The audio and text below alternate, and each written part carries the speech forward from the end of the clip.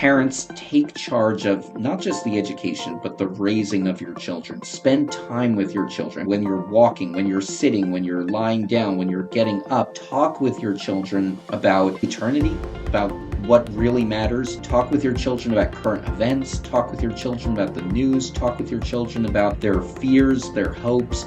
Be there for your children. Build that relationship. Welcome to Unmasking Government Schools with Sherry Few, USPI's weekly podcast that empowers parents to reclaim their children's education from government bureaucrats and social engineers, equipping you with the tools and resources needed to join the cause. Welcome to Unmasking Government Schools with Sherry Few. I'm your host, April Few, and with us today is Will Estrada, attorney at the Homeschool Legal Defense Association, or HSLDA, and he's the president of ParentalRights.org. Will has fought for homeschooling parents' rights for years and has been actively involved in numerous legal victories and have defended families against unconstitutional restrictions and discriminatory practices. Will, thank you for being on the show again. It's great to be on with you, April. Always a privilege to come on. Thank you. So, I actually just got an email from HSLDA this morning, and if you don't mind, I just kind of want to read this, and then we'll get your thoughts on that, and you can tell us just a little bit more about HSLDA. From the official Homeschool Legal Defense Association, it says, when the Declaration of Independence begins its list of inalienable rights with life, it reminds us that human beings are not material to be managed by the state. They are persons, beloved, unique, bearing dignity from the beginning. That truth matters profoundly when we think about homeschooling. At HSLDA, we do not defend homeschool freedom simply to make life easier for parents. We defend it because, on balance, we believe it is better for children when their parents have more liberty to raise, nurture, and educate them well. So, do you want to just tell us a little bit about who HSLDA is and what you do there? Yeah, April, thank you so much for starting off with that, because that really is the reason why we do what we do. When Homeschool Legal Defense Association was founded in 1983, homeschooling was actually illegal in most of the 50 states. Parents were being arrested. Some even spent the night in jail. Many parents were being fined. They were being threatened with loss of their children simply because they were doing what millions of people do today and don't even take it for granted, really, simply because they were pulling their children out of public school and homeschooling them. And because of the dedication of those early pioneers, ordinary moms and dads and grandparents and kids, within 10 years, almost every state had legalized homeschooling. The very last state, the last two states were Texas in 1994, and that was the Leeper decision, and then Michigan in the DeYoung case in 1996. So by 1996, homeschooling was legal in all 50 states. Today it's thriving.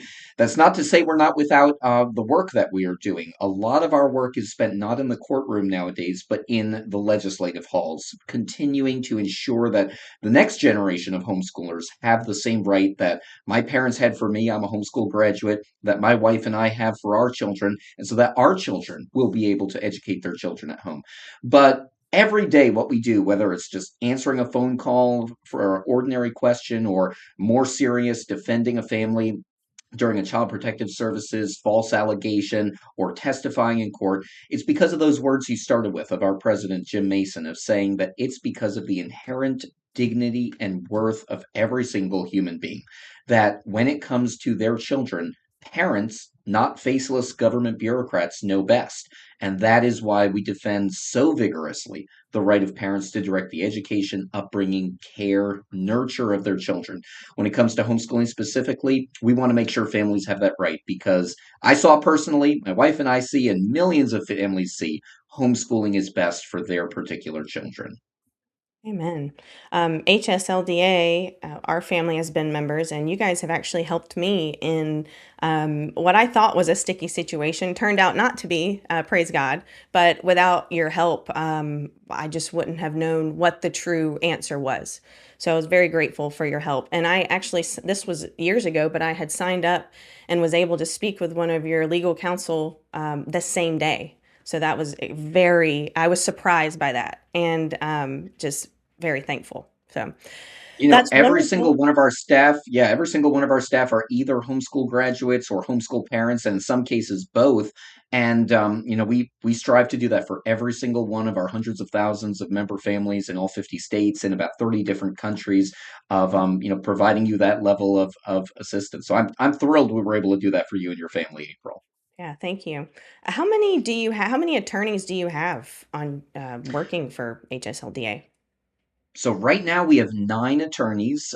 We have our president, Jim Mason, who's also an attorney and a very accomplished litigator. And then we have 8 other staff attorneys as well. Litigation, contact attorneys. We do work in DC, legislation, helping families with Social Security benefits, you name it. Anything affecting a homeschool family and their right to educate their children at home is something that is in our mission wheelhouse. Is amazing. And there's not another association or organization like you, is there? I don't think there is. I know there are some organizations that will assist families with like child protective service cases. There are a lot of state organizations that do tremendous work. But as far as I know, we are the only global and, of course, national organization that specifically our sole focus is defending and advancing homeschool freedom. So it's pretty exciting to be part of this. Actually, fun fact, April, I when my parents were homeschooling me first in upstate New York and then in Pennsylvania, these are 2 states with a very high degree of regulation. My parents joined HSLDA right in the late 1980s when they started homeschooling me. And from a pretty early age, I wanted to be an attorney. I was kind of that nerdy, geeky kid of wanting to read books and 10 years old saying, I want to be a lawyer. And I wanted to be a lawyer at Homeschool Legal Defense. So for almost 20 years now, I've had the privilege of working here, and it's really a dream come true. Every day I get to do something that I love doing and helping families like your family. Mm, that's wonderful. That's wonderful. Can we talk about some of the cases that you guys deal with? There was one that I read just yesterday about a New York City or New York public school official told a parent that she couldn't count religious studies as homeschool instruction. I don't know if you've heard of that, but I was just like shocked. And then there was another school district that attempted to make school enrollment a condition for homeschooling. Like, how does that even happen? So let me talk about the New York one with the religious and Bible classes first. New York, there's kind of 50 states. There's every state has different laws. We don't want a national law, one size fits all approach when it comes to homeschooling. Even if it was a good law, it's not the federal government's role to be involved in homeschooling, aside from making sure that homeschool graduates are treated fairly with like military enlistment or higher education, ability to receive federal student aid, for example. But that's pretty much it. And so as a result, we really have a patchwork of state laws, and they really fall into 4 categories. Our listeners can go to our webpage, hslda.org/legal, and you can really see a nice color-coded map. 12 states are green. Those are states where the top amount of freedom, you don't have to check in with the government in order to homeschool. You just begin homeschooling. Texas, Wyoming, Illinois, New Jersey, Connecticut, these are all examples of states where you don't have to get permission. You don't have to notify the school district. You just have to make sure you're educating your children. Then the next tier are on our map of light blue states. They're the majority of states. These states might have a one-time or an annual notification that parents have to provide, but that's about it to the local school district. Then the third tier are dark blue states. These are a smaller number of states. I think it's about 8 where there's a significant amount of regulation. You might have to do standardized tests in a couple grade levels. And then we have 4 states, and those are New York, Pennsylvania, Massachusetts, and Rhode Island that are red on our map. These are states with the highest degree of regulation. New York is one of them. New York, in addition to all of your filing and information you have to provide quarterly reports of the progress of your homeschooling. You have to document what you're doing, how you're doing, etc. And one of our HSLDA member families in New York listed the Bible as part of their education. Studies show that one of the top three reasons why parents choose to homeschool is concern about the public school environment, concern about the academics of the local public school, and then third is a desire to provide moral or religious instruction. This is the National Center for Education Statistics. It's an arm of the U.S. Department of Education. Their most recent study came out in September of 2024, and that's what they found. Those are the top three reasons why people choose to homeschool. So many, not all, but many parents choose to homeschool because of their religious beliefs. And this was a Christian family, and they put the Bible on it. Now, you can also say the Bible is great literature.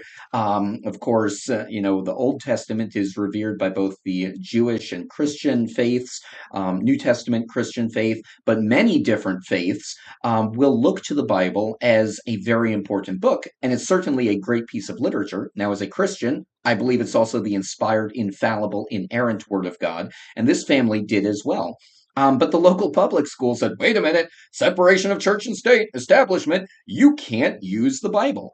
Now, this is kind of patently ridiculous for many reasons. Not one state requires homeschoolers to align with public school curriculum. Part of the reason why families choose to homeschool is so they can have a higher degree of academic instruction or their own curriculum that's best for their child and that child's unique learning needs.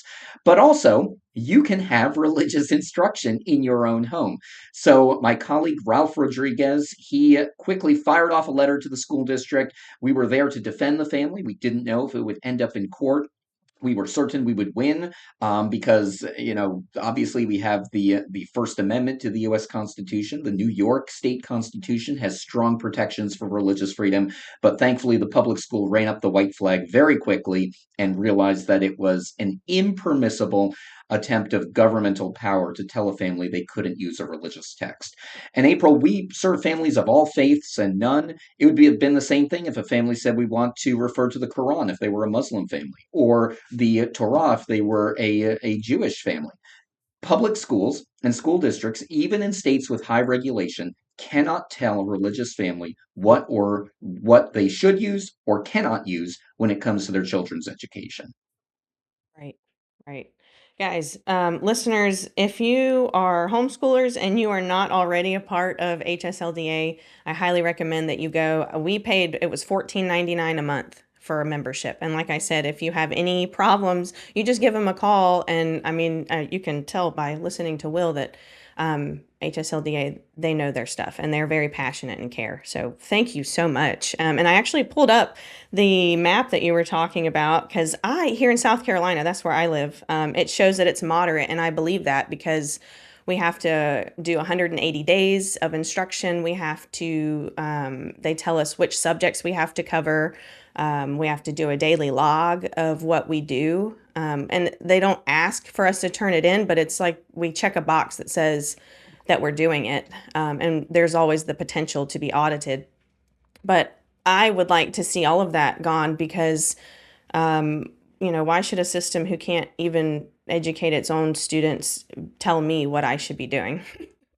I mean, But that's that is April, that is philosophically really what it comes down to. Why, in so many states, do we have to even be under the supervision of the local public school? I think it would be an easier argument to make for the public schools and for legislators to make it if the public schools were doing a good job with educating their children. But as we see from the NAEP scores, public schools are really struggling. And I never say this to be anti-public school. My dad spent 35 years as a special ed teacher, licensed in both New York and Pennsylvania. We have many, dedicated people who are teaching in our public schools, but they have their work cut out for them. The public education system in our country has a great deal of challenges. I know you and your podcast have talked a lot about many of the problems in public schools. And so for the families who choose to pull their children out of public school, they're still paying their school taxes to fund a system that in many states they're not even allowed to participate in with sports or anything like that. why should we then answer to the local public school? And it really comes down to a philosophy of to whom do children belong? If you believe that ultimately the state is the arbiter, then yeah, you might logically say, okay, homeschoolers should be under the public school. But if you believe, as I do, and as I know you do, April, that we answer to God, that our children are gifts from God to us to be nurtured and cared for and protected and educated and raised, but they don't belong to the state, then you really have to ask, why do we have in so many states, even South Carolina, a state that has pretty good laws, why do we still have those regulations of homeschoolers answering to the local public school? Right. That is the question. I have some more stuff I want to ask you about something you just said, but before we get into that, we're going to take just a short break. So don't go away. We'll be right back with Will Estrada. Today's episode is brought to you by U.S. parents involved in education. U.S. PIE's mission is to empower parents and local communities to break free from federal and national influences, thereby reclaiming parental authority over their children's education. For more insights from U.S. parents involved in education, connect with us at US PIE on X and Facebook. To join the movement, visit uspie.org. Welcome back to Unmasking Government Schools with Sherry Few. I'm your host today, April Few, and back with us is Will Estrada, attorney from the Homeschool Legal Defense Association and president of parentalrights.org. So before the break, Will, you were talking about the top 3 reasons in a survey that parents took that explained why they chose to homeschool their kids. And you mentioned environment, I guess the public school environment, and then academics, and then wanting to instill a biblical foundation and education to the kids. So the school environment was the number one reason. I just find that so interesting that that's even before academics. I think it's very telling at the, I guess, behavior problems that we have in government schools. Is there anything you want to say to that? I talk regularly, April, with families who are in tears with what their children are going through in the public school. And some of it, I don't want to just blame the public schools. Some of it is the kids, the bullying that's going on in schools where the schools are either unable or unwilling to confront it. And it's very serious, particularly for adolescents as they're going through this. I've talked to so many families where their children have attempted self-harm, they're cutting, they're in depression. And in a few of these instances, the public schools won't let the kids go. And I've had to threaten school districts. Last year, there were actually several in California where they told families, it was all minority families, all Hispanic families, Latino families, that no, you can't homeschool. And we had to say, no, families have the right to decide how to educate their children. Homeschooling is legal in California, and you will withdraw my client's child, or you will face legal action. And then they quickly backtracked and said, "Oh, okay, all right, they can homeschool." But it's concerning to me that even one school district in our nation would threaten a family with that of you can't homeschool, you can't withdraw your child when they're facing such grave bullying and depression and suicidal thoughts. And it makes me think sometimes, not every homeschool family is a member of HSLDA. Some of these families, English is not their first language. We have, of course, have Spanish assistants and a legal team that will help families. But it is their right as citizens of our country where the Constitution protects them. And how dare a school district official say you can't withdraw a child and homeschool him or her? But, in answer to your question, it's a real issue. Another thing I see often is children who have special needs and the public schools are failing or unable or unwilling to meet the terms of the IEP. And the families are really forced with, do I spend $100,000 to hire a disability lawyer to sue the school district, which could take years, or do I just give up and homeschool my child at home? And what I will say is we provide a ton of support for families who are homeschooling a child with special needs. And in about 99% of these cases, the mom, the dad, they are able to take on themselves with the support that we have and other organizations educating a child with special needs. And they do it so much better than the public school does. And so if there's someone listening who your child is struggling with academics or bullying or special needs, contact HSLDA because there are options and there are ways where you can get your child out of a system that's not working for your child and educate him or her at home. Amen. Yeah. HSLDA.org. And our president, USPI president, my mother in law, Sherry Few, she actually used her own personal money to sue our school district here for multiple reasons, but one of them being that they refused to give her FOIA information, as well as the DEI stuff that they had going on Yeah. that they claim they didn't. So, but parents shouldn't have to use their own money to do that. No. Absolutely. So, okay. Well, in recent weeks, HSLDA has helped to stop some pretty bad bills. I know there was one in Washington State and South Dakota. I'm sure you know of some others. So, can you share just a summary of, one, two of those bills and what HSLDA did to stop them or thwart them? Absolutely. So this has been a very, very busy legislative year. I'm going to give you a quick summary of some of these bills. Last year was a very busy legislative year. One of our biggest battles last year was here in my state, in Virginia. There are two ways that you can homeschool. One is called the religious exemption. And there was an attempt to actually eliminate the religious exemption. That's how my wife and I homeschool our kids.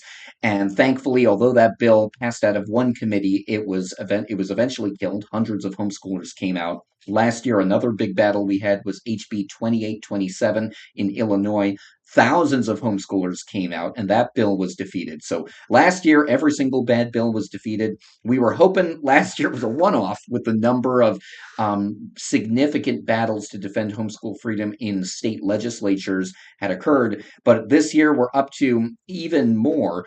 The first one was a Hawaii bill. It was HB 2376. Now, Hawaii has a lot of regulations, but this bill really took the cake. It said that every single homeschooler had to come into the public school to take public school tests. Hawaii is very proud that all of their state tests are coordinated and aligned to the Common Core state standards. Most homeschoolers are not using the Common Core for their homeschooling. In fact, I talk with many homeschoolers who say they withdrew their children because of the alignment with Common Core in the public school curriculum. And so it would have been exceedingly unfair for homeschool kids to take these Common Core aligned tests. I flew out to Hawaii. I had about 3 hours notice. Our usual attorney had a court hearing and he was unable to make it to Hawaii. So I had that long flight. But it was a privilege to stand with hundreds of homeschoolers. They came some said that we're Democrats, some said we're Republicans, some said we don't care about politics. We had secular homeschoolers, we had religious homeschoolers, but they universally said over 200 parents and kids came and testified. It was very respectful. The entire committee listened to every single talk. A few of the kids even got ovations from the legislators. And by the end of the day, it would be about a 6 hour hearing. The chair said, "How could I vote against these kids?" and recommended to the entire committee that they kill the bill, and the bill was unanimously defeated. So that was a huge victory. We've got a couple bills in New Jersey. One of them would actually require homeschoolers to align their curriculum with the public school curriculum. And of course, as we've talked about the reasons why people homeschool, some of this is against people's religious beliefs Right. or violates their moral or philosophical views on human sexuality or even just what's age appropriate for children. Thankfully, none of those bills have been scheduled for a hearing, but we're watching the New Jersey ones closely. Connecticut has been a huge battle. There is a bill up there. It's called House Bill 5468.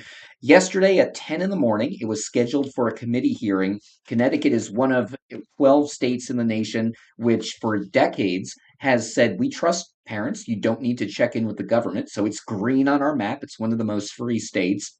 And what they were wanting to do was they were going to change it and now say homeschoolers had to file an annual notice of intent. They had to submit an annual confirmation that they were continuing to homeschool. They had to demonstrate their child's academic progress annually through a portfolio review, showing that to the superintendent. standardized testing or another approved method. The state had to maintain and keep detailed data on each homeschool child. And then if you wanted to pull your child from public school, the Department of Children and Families, that's Child Protective Services, would be notified and would investigate the family. This is such a bad bill that the Connecticut Department of Education and their DCFS and even public school teachers were testifying yesterday that they would violate FERPA to do this, and they didn't want this bill to become law. Now, April, here's the amazing thing. So many homeschoolers signed up to testify that the bill went all through, started at 10 o'clock in the morning yesterday, went through all day, went through dinner. They wrapped up the hearing at 4:50 in the morning today. It was a 17-hour, 18-hour hearing, and we believe it's the longest hearing in the history of the modern homeschool movement, possibly in the history of our country when it comes to homeschooling, where homeschoolers, kids, parents, grandparents, friends of homeschooling, even public school officials who didn't want the bill came out and testified nonstop. My colleague Ralph Rodriguez, he's the one who also sent that letter to the school district in New York. He testified. He testified at 4:45 in the morning today against this bill, and they were scheduled to actually vote to approve the bill at the end of the hearing, and they postponed it. Now, does that mean they were just so exhausted they didn't want to have the vote and they're going to do it later, or does it mean that they're actually thinking about, wait a minute, if we had the longest hearing in the history of potentially the country when it comes to homeschooling, maybe we shouldn't do this in Connecticut? And I just want to give respect to the homeschoolers and allies who came out and testified for 17 hours straight about this bill in Connecticut. So we have our fight cut out for us in Connecticut. Just a couple other bills. There was a bad bill in South Dakota that would have required homeschoolers to, again, file detailed information and do state designated tests. South Dakota is a very free state when it comes to homeschooling. This was House Bill 1158. So many homeschoolers reached out to their elected officials that the bill was quickly withdrawn by the sponsor. Really shows the power of just extraordinary moms and dads and freedom loving people contacting their legislators. Another bill was in Kansas. This was Senate Bill 491. This bill, April, would have created this education bureaucracy, an inspector general who would have the power to conduct, quote, audits, investigations, and reviews of homeschool families. And same thing, like the South Dakota bill, so many homeschoolers contacted their legislators. That bill was killed, didn't really go anywhere. Another bill we're watching was in Washington State. This was Senate Bill 6261. It was a really weird bill. It said if you intend to homeschool, you need to notify the school district every year, even before your child is compulsory attendance age. There was a really long hearing about it, and thankfully that bill was killed in committee. And then just a couple other bad bills I want to highlight. In West Virginia, we've got three: House Bill 5669, Senate Bill 972, and Senate Bill 116. These would all require they would actually prohibit a person from pulling their child out of public school if there has even been an allegation of abuse or neglect.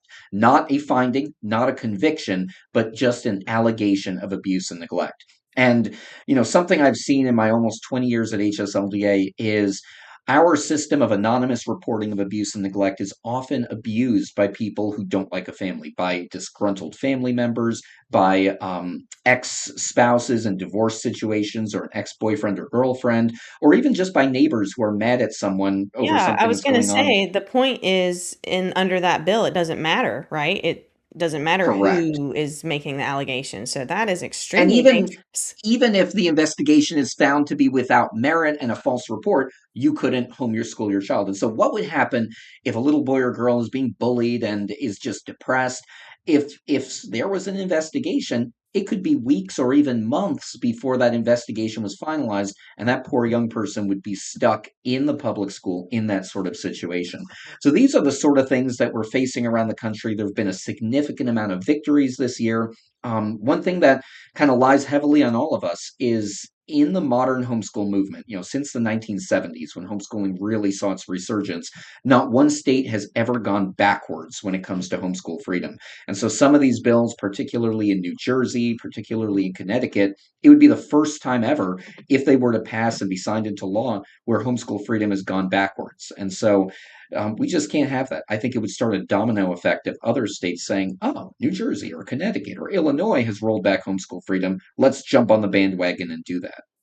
Oh, for sure. Yeah, they're even trying here in South Carolina, but kind of differently. They're using the whole school choice thing and vouchers and the money. Actually, there's like a big issue with it now because the state senate here is really upset because we had a voucher system, and the South Carolina Superintendent of Education, Ellen Weaver, has interpreted that to include homeschoolers, but I guess the Senate did not interpret it to mean homeschoolers. So homeschoolers have been getting government money, and now the Senate is asking uh, for accountability and stuff. So it's I don't know. It seems like a mess. Let me just talk about the South Carolina one for a second. So this is the ESTF Education Scholarship Tax. What was it? I Trust forget what fund. the F stand. Yeah, trust fund. There we go, trust fund.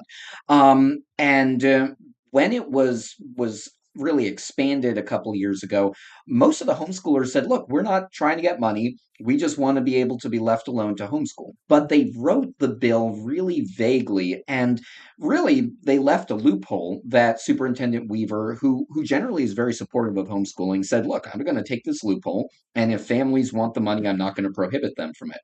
So it's really a situation of the legislature's own making. Mm. And they've got some bills that are moving through that would really get rid of the loophole, which would essentially mean that homeschoolers, I think there's about 1,700 families, wouldn't be able to participate in the program. But the concerning thing has been several legislators have made speeches in committee hearings and on the Senate floor that we're going to go after all homeschoolers. And 2 days ago, we heard that there was going to be language dropped into the budget bill that would regulate all homeschool families. So Yes, in South that's Carolina, yeah. Thankfully, it didn't look like it happened. We have very close relationships with Skays, Zan Tyler, who really has done a ton of work in the 80s to legalize homeschooling in South Carolina. Kelly Rowe, Janie Gibson, they're with SKIA, which is the South Carolina Home Education Association. They were in the Capitol, and it looks like we were able to dodge that bullet of regulation being added to the budget bill. But we're watching all of this very, very closely in South Carolina. I thank handle South goodness. Carolina for HSLDA. Thank you. Thank you. Please continue to keep that. I think it was Representative Neil Collins from Pickens County who introduced that into the bill, but he's Yeah, always it's been his whole thing it, is education. Ugh. and it's been a complicated legislative year in South Carolina. Yeah, it has been very strange. Anyway, so let's talk about let's see. There was something else I wanted to ask you about. Oh, yeah, there was a college student. There was a story of a college student who was asked to leave class at college because she had been homeschooled. Can you talk to that case? Yeah, so in this particular situation, and we see this sometimes not as egregious as the story you're mentioning, but we see this often of where homeschool graduates were homeschooled in accordance with their state law. They received their parent issued high school diploma, parent issued high school transcript, and then a college or university will say, whoa, whoa, whoa, whoa, because the parents signed this, it's not a real diploma, it's not a real transcript. We can't accept you into the college or university. Or as we said in that story, they say you're kicked out of classes, you can no longer participate.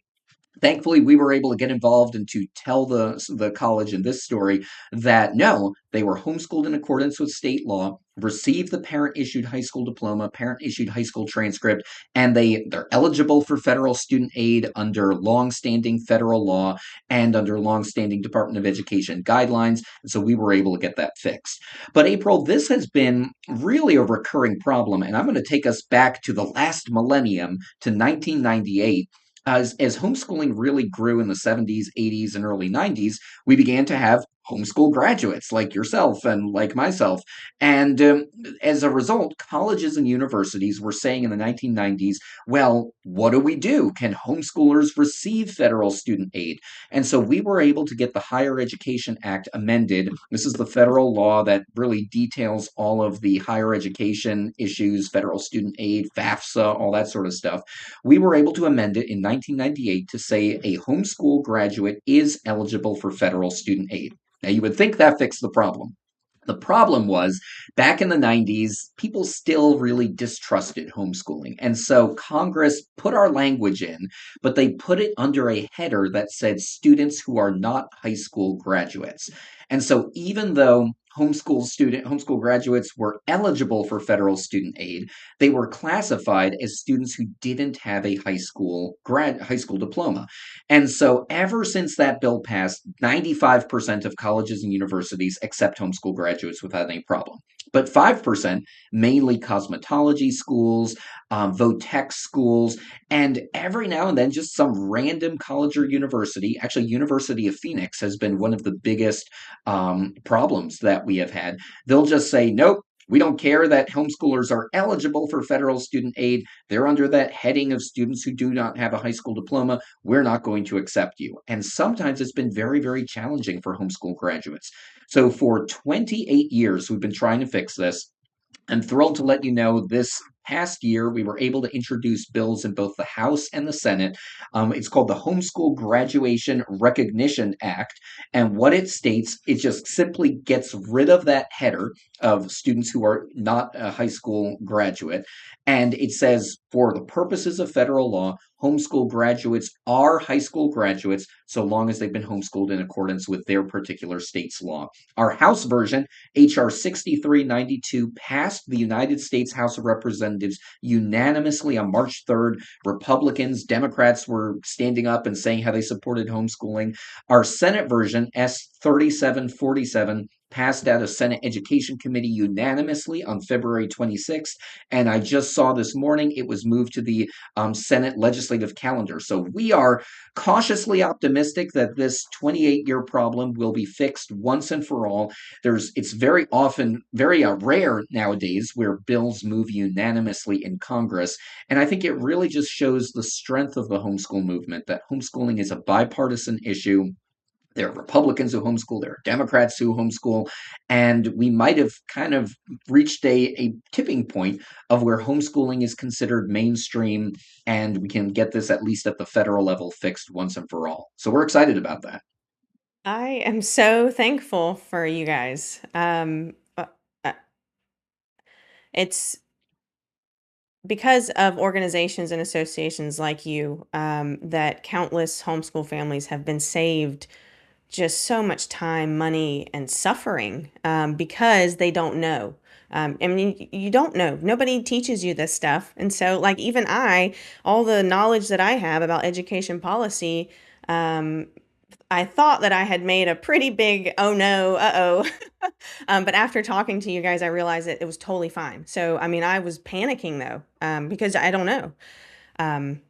And I am also a public school graduate. I went to public school Oh, okay. until I graduated. So I think it's really great that you and I are talking together because we both agree on these things, even though I went to public school and you were homeschooled. I certainly see that now because I have young children and I'm educating them. And I mean, I could go on about the stories that happened in public school that really changed the trajectory of my life for the negative, in a very negative way. Mm. So actually, we'll go ahead and take a break. And then when we get back, I'll ask my next question. So stay tuned and we'll be right back.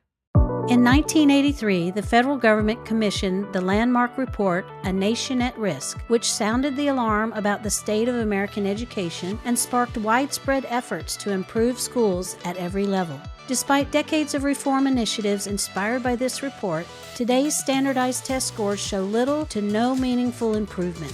Only about 30% of 4th and 8th graders meet or exceed grade level expectations in reading and math. The federal government's extensive involvement in education has not translated into better outcomes for students. The evidence clearly indicates that continued federal control over education is not the solution. It is time to reconsider the role of the federal government and empower parents and local communities to shape education in ways that truly benefit children and families. To join our movement, visit uspie.org and connect with us at USPie on Facebook and X. Welcome back to Unmasking Government Schools with Sherry Few. I'm April Few, your host, and I'm here again with Will Estrada, attorney for the Homeschool Legal Defense Association and president of parentalrights.org. So I wanted to wrap this up by asking you, Will, what challenges should homeschool families watch closely for this year? Like right now, what should we be most concerned about? Well, the biggest thing we have is what we talked about of the legislation that we're seeing in so many states. And you might live in a state that's not seeing bad legislation. What I would tell you is join a Facebook group, join an association, join HSLDA, but join some organization so that you get the information if a bad bill is introduced in your state legislature. I think all these stories that we've shared from the past couple of years, from even the beginning of homeschooling, really show that we might think our legislators aren't listening, but when it comes to homeschooling, homeschooling is really cut across demographic and political and partisan barriers. And legislators listen to parents, homeschoolers who make the phone calls, who visit their offices, who send in letters or emails. And so just get signed up with someone. It could be as little as a Facebook group or a local group or a state group or a national group like HSLDA, but some organization. So if a bad bill comes to your state, you are able to take action. And then if you're living in a state where bad legislation is pending, don't just say, oh, there's nothing that I can do to stop it. It's going to pass. Pick up the phone, make your voice heard. If you're able to bring your kids to a legislative hearing, it can be nerve-wracking, but it's a lot of fun to see hundreds and hundreds of homeschoolers.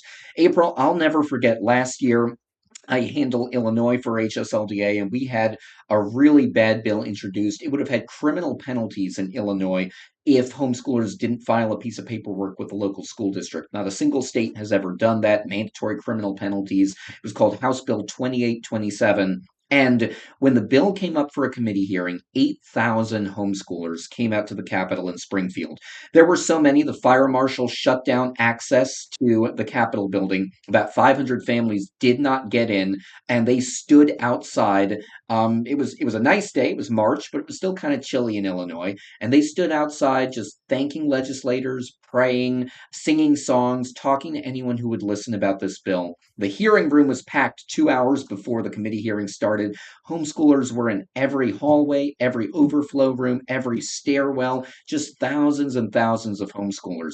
And everyone really said that they'd never seen anything like it. It was because those parents didn't say, well, someone else is going to do it. They brought their kids. They saw history in the making. And by their voices and their actions, they stopped this bill cold in Illinois. It's not come back this year. I think it really shows the strength of the homeschool movement when we stand together as one voice. It might come from many different backgrounds, many different beliefs and parties, but we're united in we know what's best for our kids. Homeschooling works. Please don't regulate it. And so take action, be involved, and have fun with your homeschool program. Yes, yes. I remember seeing that video too. Someone going down and you just seeing just an endless line and they go around and around down the stair. I mean, it was incredible. I remember that video. And yes, have fun, have fun. I am really starting to open up and not be so structured, which I never really was too structured. But now even more, it's not even as much about the academics as it is the family bond and their relationship with Jesus Christ, in my opinion. Yes. Yeah. So There's a quote I love. It's been attributed to William Butler Yeats, the Irish poet, that education is not the filling of a pail, but the lighting of a fire. And if you light that fire of a love of learning in your children, that's something they'll take with them every day for the rest of their lives. yep. It's bringing me to tears.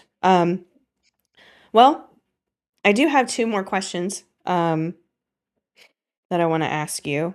But before I do, it's the last two questions we ask all of our guests. But is there anything else you want to share with our audience? And before you do, I just really want to encourage any homeschool family listening to go to hslda.org and sign up to become a member. It's $15 a month, which really, when you think about everything, is not that much when you need it and you can get the help immediately, because that is what I ran into and I was very thankful. But Will, anything else you want to share to our audience before I ask you the last two questions? It's been really exciting to me just personally to see the trajectory of the homeschool movement. I remember when my parents were afraid to take us out of the house to run and go get groceries if the public school had not let out back in the early 1980s, late 1980s. And then today, it's homeschooling is really mainstream, and it is because of moms and dads, people like you, April, who have invested in their children for the past 30, 40 years, and homeschooling has become mainstream because of parents just doing the day in, day out, through the good, through the bad. And never forget that. Every single homeschooler who's listening. Amen. Will you end our segment by telling us, Will, what concerns you the most about what's happening in government schools today? And then what gives you hope? Yeah. There's a lot I could say about the public schools. I think the biggest one I would say about government schools is parents have really checked out. And even my friends who their kids are in public schools, the challenge is maybe not them, but with the other parents, where they have outsourced the education, and not just the education, but the upbringing of their children to people who are receiving a paycheck. And that's the most troubling thing. And that's the beauty. I could talk about curriculum, I could talk about mandates, I could talk about high stakes testing, but the biggest thing is when parents outsource the raising of their children to someone else. And, I read a law review article that was published 2 years ago. It's called Homeschooling in the United States, A Seismic Parental Rights Victory. It was published in September of 2024 by Liberty University School of Law. And what I did in that law review was I went through the history of parental rights. I went through the great Abrahamic world religions, Judaism, Christianity, Islam. I went through the Greek philosophers, who of course were polytheist. I went through, the English common law philosophers, our founders, the U.S. Supreme Court decisions, and all of them were united in one thing. Really until the early 1920s, where we saw challenges to this, but that children come from God, that the family, not the state, is the most important, is the building block of society. And if we really believe that, whether kids are in public, private, or especially in homeschool, parents take charge of not just the education, but the raising of your children. Yes. Spend time with your children. I mean, Yes. that's what we read in the book of Deuteronomy and in the Jewish and Christian scriptures of when you're walking, when you're sitting, when you're lying down, when you're getting up. Talk with your children about the eternity, about what really matters. Talk with your children about current events. Talk with your children about the news. Talk with your children about their fears, their hopes. Be there for your children. Build that relationship. I love in our own homeschooling with our two kids, they're 13 and 8, our two sons. We've been able to have just such great conversations with our kids. They know they're loved. They know they're safe. They know that they're able to come to us with anything, whether it's a math question or whether it's, coming of puberty age. They're able to come and talk with us. And yeah, sometimes I'm like, maybe it would be easier if I put my kids in the public school for a year or two so they could have those conversations. But then I remember they're given to us as a sacred privilege and responsibility for a short time by a loving God. And I can't outsource these sort of things. They're coming to me, they're coming to my wife, and be there for your kids as a safe place, as a loving place, as a place of strength to share the truth about whether it's, geography, history, the birds and the bees, or what really matters, what scripture says about their relationship with the Lord Jesus Christ. Amen. I love what you said about outsourcing. And Sam Sorbo, I'm sure you know who that is. She I know her says, well. Yeah. I bet you do. Yes, of course you do. Of course you do. Um, she She does says, a podcast together. Say that again? We've been on podcasts together, Sam Yeah, and of I. course you have. Duh. She says, God gives you your child as a gift. Don't let anyone else open it. And I just love the way she Mm, says that. So, mm. um, I mean, if you don't mind, I'd love to just end right there. I love what you said, unless there's something else you'd like to add. That covers it, April. I think so. Well, actually, real quick, tell us about parentalrights.org. How's that different from HSLDA? Yeah, yeah. So I apologize. I recently left parentalrights.org as the president. So Okay. just, setting the record straight, I'm no longer the president of parentalrights.org. I was Okay. privileged to be the president for several years. I'm still on the board of parentalrights.org. Okay. They are a separate organization. They have a much broader sort of foundation. Homeschooling is a fairly narrow subset of parental rights, but it really all comes down to whom do children belong. And so parental rights was founded almost 2 decades ago to defend the right of all parents, whether in public schools, private schools, homeschools, medical issues, vaccinations, care Right. and raising of children. So I was president for several years. I'm privileged to still be on the board, but it's an interesting time to be doing parental rights. Some of these big cases, there are several pending before the U.S. Supreme Court. There was just the Mirabelli decision that came down 2 weeks ago from the U.S. Supreme Court, a great decision, specifically out of California, and said that public schools can't socially transition children behind their parents' backs. And we're talking about kids as young as 9 years old. So something that's really mind blowing. It's like, what are we even doing litigating this? Who in their right mind thinks that you can do that? And the Supreme Court came down on the side of sanity. Another really big case last year was the Mahmoud versus Taylor case. It came out of Montgomery County, Maryland. And these were Muslim and Christian. I think there was a Jewish family as well, challenged the public school curriculum in regards as LGBTQ issues. They said, we want to be having these discussions with our children because of our religious beliefs.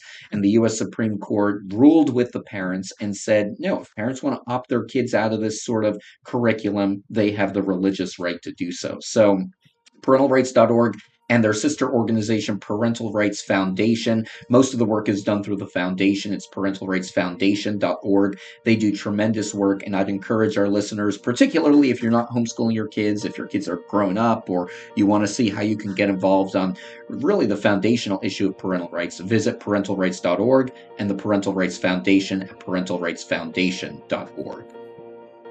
Excellent. Thank you. I'm glad I remembered to ask you about that. I appreciate you explaining that. And so, Will, thank you again for joining us on Unmasking Government Schools with Sherry Few. And to our listeners, if you found today's episode eye-opening, please give us a 5-star rating or a thumbs up. And don't forget to subscribe. You can find out more about USPI at uspie.org. You can join the movement there. You'll be connected with someone in your state, or if there's not already a chapter, you can start a chapter in your state. So we appreciate you tuning in and for your support in our efforts to unmask government schools. U.S. Parents Involved in Education is a nonprofit coalition dedicated to restoring local control of education and parental authority. By empowering parents to reclaim responsibility for their children's learning and encouraging states to move away from federal influence, USPI seeks to create a culture where parents are the primary decision makers in education and schools support families without the burden of federal mandates. If you want to start a state or regional USPI chapter in your area, please visit uspi.org and complete the brief questionnaire in the chapter section.